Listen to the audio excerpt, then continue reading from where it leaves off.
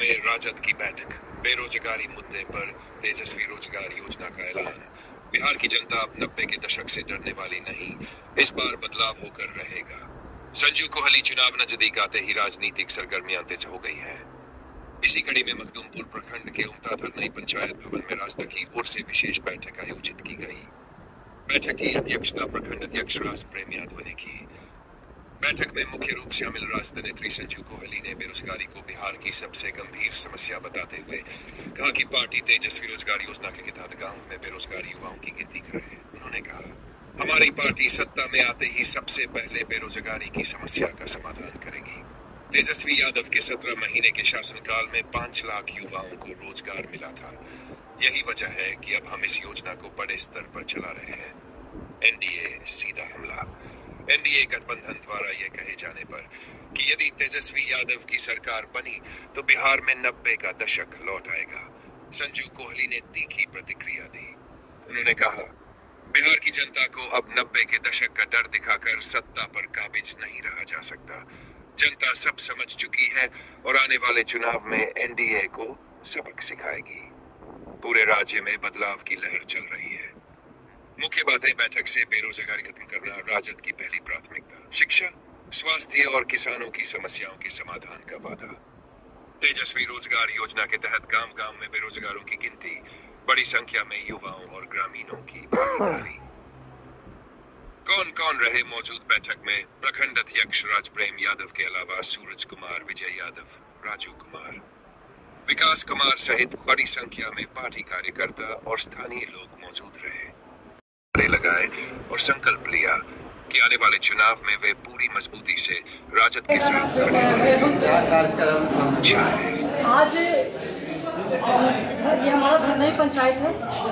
धरनई पंचायत में ये कार्यक्रम था तेजस्वी रोजगार योजना के, जहाँ पर युवाओं को रोजगार ये फॉर्म फिलअप करवाई जा रही है, जिससे ये पता चले कि हमारे बिहार में कितनी बेरोजगारी है। और एक बहुत सही सोच के तहत ये प्रोग्राम किया गया है। प्रोग्राम सफल रही है, युवाओं की अच्छी भीड़ थी और युवा बहुत उत्सुक दिख रहे थे उन चीज़ों को लेकर के।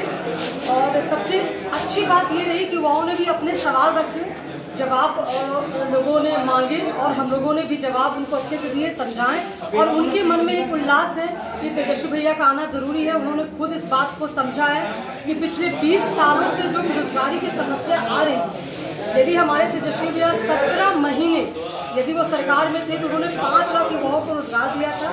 तो अब ये चीज उन्हें भी समझ में आ रही है कि यदि वो सत्ता में आ जाते हैं तो वो जरूर हमें रोजगार भी देंगे और शायद रोजगारी की जो इतनी परेशानी बढ़ रही है वो कहीं ना कहीं थोड़ी सी धीमी जाएगी, क्योंकि 100% बेरोजगारी खत्म नहीं किया जा सकता। लेकिन रोजगार देने के भी तरीके होते हैं। यदि हम सरकार में हम आते हैं तो रोजगार के बहुत ऐसे तरीके होंगे, जैसे कि खेती बाड़ी का हो गया, जैसे कि स्वास्थ्य विभाग का हो गया, नल जल से रिलेटेड हो गया। और एक शैक्षणिक योग्यता के तहत यदि जो इंटर पास है, मैट्रिक पास है, उसके तहत भी रोजगार का ये किया जा रहा है। ऐसा नहीं है कि जो सिर्फ ग्रेजुएशन लेवल पे कर दिए उन्हें रोजगार दिया जाएगा, बाकी को नहीं, ऐसा कुछ नहीं है। बिल्कुल एक शैक्षणिक योग्यता के साथ सबकी रोजगार के लिए बारे में हमारी सरकार से, हमारे जो तेजस्वी विपक्ष का आरोप है कि आप लोग किस तरह वोट मांगते हैं? 90 का दशक जो आप लोग का याद है, 90 का दशक कह के कितना डराइएगा सरकार, कितना डराइएगा। डर तो अभी हमें भी लग रहा है, इस दशक में भी डर लग रहा है। इस दशक में भी हम भी अकेले नहीं निकलते, ना हम अपने बच्चों को निकलने देते, ना हमारे आस पड़ोस के निकलते। किस दशक की बात आप करते हो? जिस दशक में 90 के दशक की बात कह करके जो हमें चुप कराते हो, तो क्या उस दशक में आप नहीं थे? क्या उस दशक में आप भी तो थे? एक अकेले क्या हमारी आरजेडी सरकार यदि उस वक्त थी तो क्या आरजेडी सरकार ने इतनी क्राइम बढ़ा दी थी? तो अभी ये भी कहा जा सकता है कि नीतीश कुमार के सरकार में भी इतनी मर्डर्स हुई, बलात्कार हुई है ना। तो चीजें इसका मतलब है कि आप ही करवा रहे हो। विपक्ष का आरोप है कि 90 के दशक में बच्चे ने स्कूल नहीं जाते थे, लेकिन अब तो स्कूल साइकिल से जहाँ पाते वहाँ चले जाती है, पोशाक राशि दिया जाता है। मैं तो 90 के दशक की हूँ। मैंने जूलॉजी से ऑनर्स किया है, इलाहाबाद से मैंने लॉ करा है, लेकिन 90 की दशक की हूँ। सबसे बड़ी मैं जीती जागती सबूत हूँ। ये कैसी बात है? बिल्कुल आप कह रहे हैं कि आप सत्ता में आए तो आप औरतों को साड़ी पहनाना सिखा दें, तो पहले क्या लोग साड़ी नहीं पहन रहे थे?